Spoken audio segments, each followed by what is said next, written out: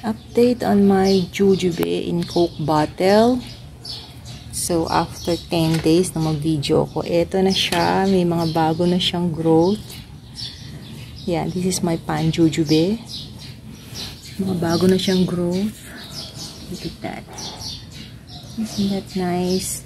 Ito yung isa. Itong isa mabagal. Para siyang namaligno. Hindi ko alam kung mabubuhay ito, pero abang alang ko ano mangyayari sa kanya. Ito yung mother plant niya.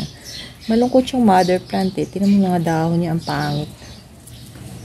Pangit ng dahon.